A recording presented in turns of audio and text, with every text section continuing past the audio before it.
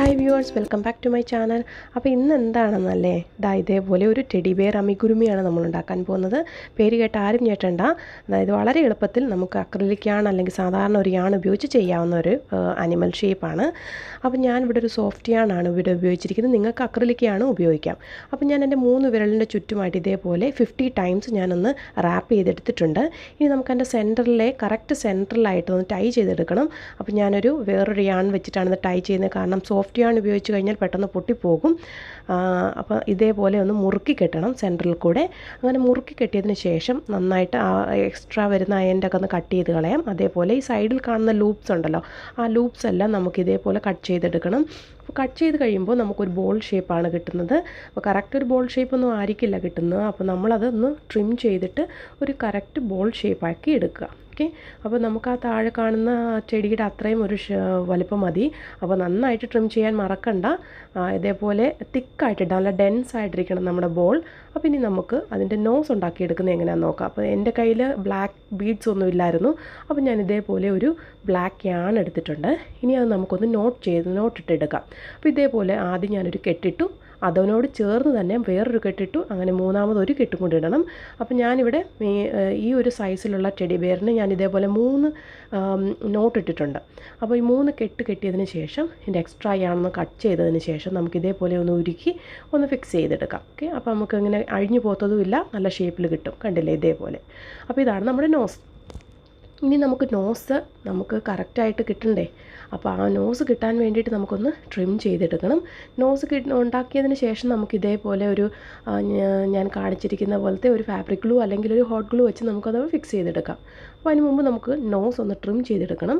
അപ്പോൾ ചെറിയൊരു സിസർ, ഇതേപോലത്തെ ഒരു ഷാർപ്പ് എൻഡായിട്ടുള്ള ഒരു സിസർ ഉപയോഗിച്ചിട്ട് നമുക്ക് ചെറിയൊരു നോസ്, അതായത് ആ നോസ് എന്ന് പറയുമ്പം ആ ഭാഗം മാത്രം കുറച്ച് എലിവേറ്റഡ് ആയിട്ട് പൊങ്ങിയിരിക്കണം, ബാക്കി ഫേസ് എല്ലാം ഫ്ലാറ്റ് ആയിട്ടിരിക്കണം.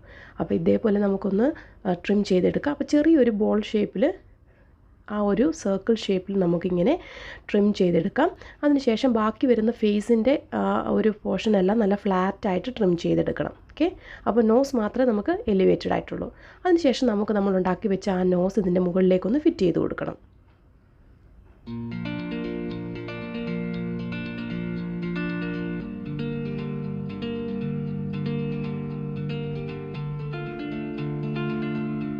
അപ്പോൾ ഞാനിതെല്ലാം ട്രിം ചെയ്ത് കഴിഞ്ഞിട്ടുണ്ട്. അപ്പോൾ ട്രിം ചെയ്ത് കഴിയുമ്പോൾ നമ്മുടെ ഷേപ്പൊക്കെ നഷ്ടപ്പെട്ടിട്ടുണ്ടെങ്കിൽ ഒന്നും കൂടെ ഒന്ന് ഷേപ്പ് ചെയ്തെടുക്കുന്നതിന് കുഴപ്പമൊന്നുമില്ല. ഓക്കെ, അപ്പോൾ നമുക്കിനി നോക്കാം ഇതിൻ്റെ മുകളിലേക്ക്, ആ നോസിൻ്റെ മുകളിലേക്ക് ഞാനിവിടെ ഒരു ഹോട്ട് ഗ്ലൂ ആണ് അപ്ലൈ ചെയ്യുന്നത്. നിങ്ങൾക്ക് ഫാബ്രിക് ഗ്ലൂ ആണെങ്കിലും കുഴപ്പമില്ല. ഇതേപോലെ ഒന്ന് ഫിക്സ് ചെയ്ത് കൊടുക്കാം.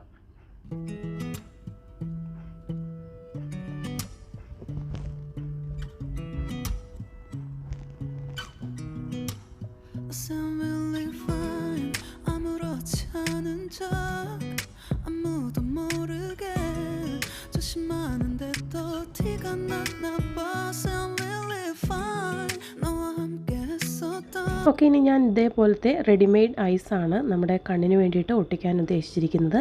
ഇതില്ലെങ്കിൽ നിങ്ങൾക്ക് ബീഡ്സ് ഉപയോഗിക്കാം, ബ്ലാക്ക് ബീഡ്സ്. അല്ലെങ്കിൽ ഇതേപോലെ ഞാൻ 3 നോട്ട്സ് ഇട്ടിട്ടുണ്ടല്ലോ, അതിന് പകരമായിട്ട് ഒരു നോട്ട് മാത്രം ഇട്ടിട്ട് ഇതേപോലത്തെ ഐസ് ഉണ്ടാക്കിയെടുത്ത് കട്ട് ചെയ്തിട്ട് ഒട്ടിക്കുക. ഓക്കെ, അപ്പോൾ നമ്മുടെ 2 ഐസും ഈ നോസിൻ്റെ തൊട്ട് മുകളിലായിട്ട് ഇതേപോലെ നമ്മൾ ഒട്ടിച്ചു കൊടുക്കുന്നു.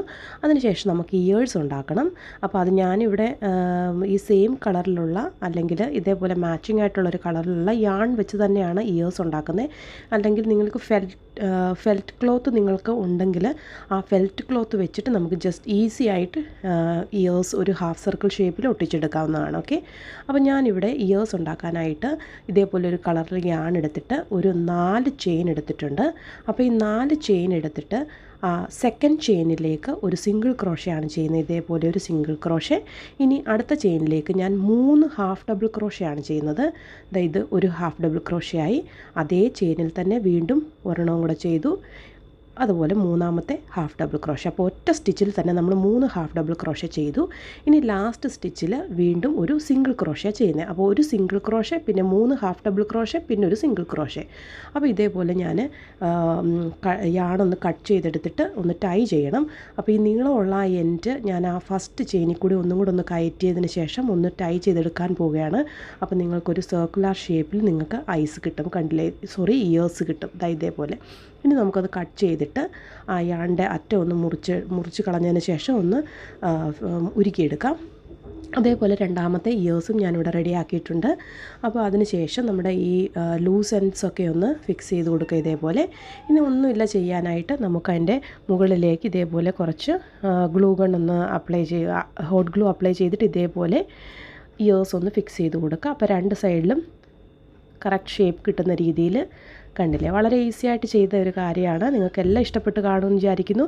ഇനി നമുക്ക് കീ ചെയിൻ വേണമെങ്കിൽ അപ്ലൈ ചെയ്യാം, അല്ലെങ്കിൽ ഹാങ്ങിങ് ആയിട്ട് നമ്മുടെ ബാഗിൻ്റെ പേഴ്സിൻ്റെ സൈഡിലൊക്കെ ഇടാൻ വേണ്ടിയിട്ടാണെങ്കിൽ ഇതേപോലെ ഒരു ചെയിൻ ചെയ്തിട്ട് ഇങ്ങനെ തൂക്കിയിടാവുന്നതാണ്. അപ്പോൾ എല്ലാവർക്കും ഇഷ്ടപ്പെട്ട് കാണുമെന്ന് വിചാരിക്കുന്നു. Thank you for watching. By.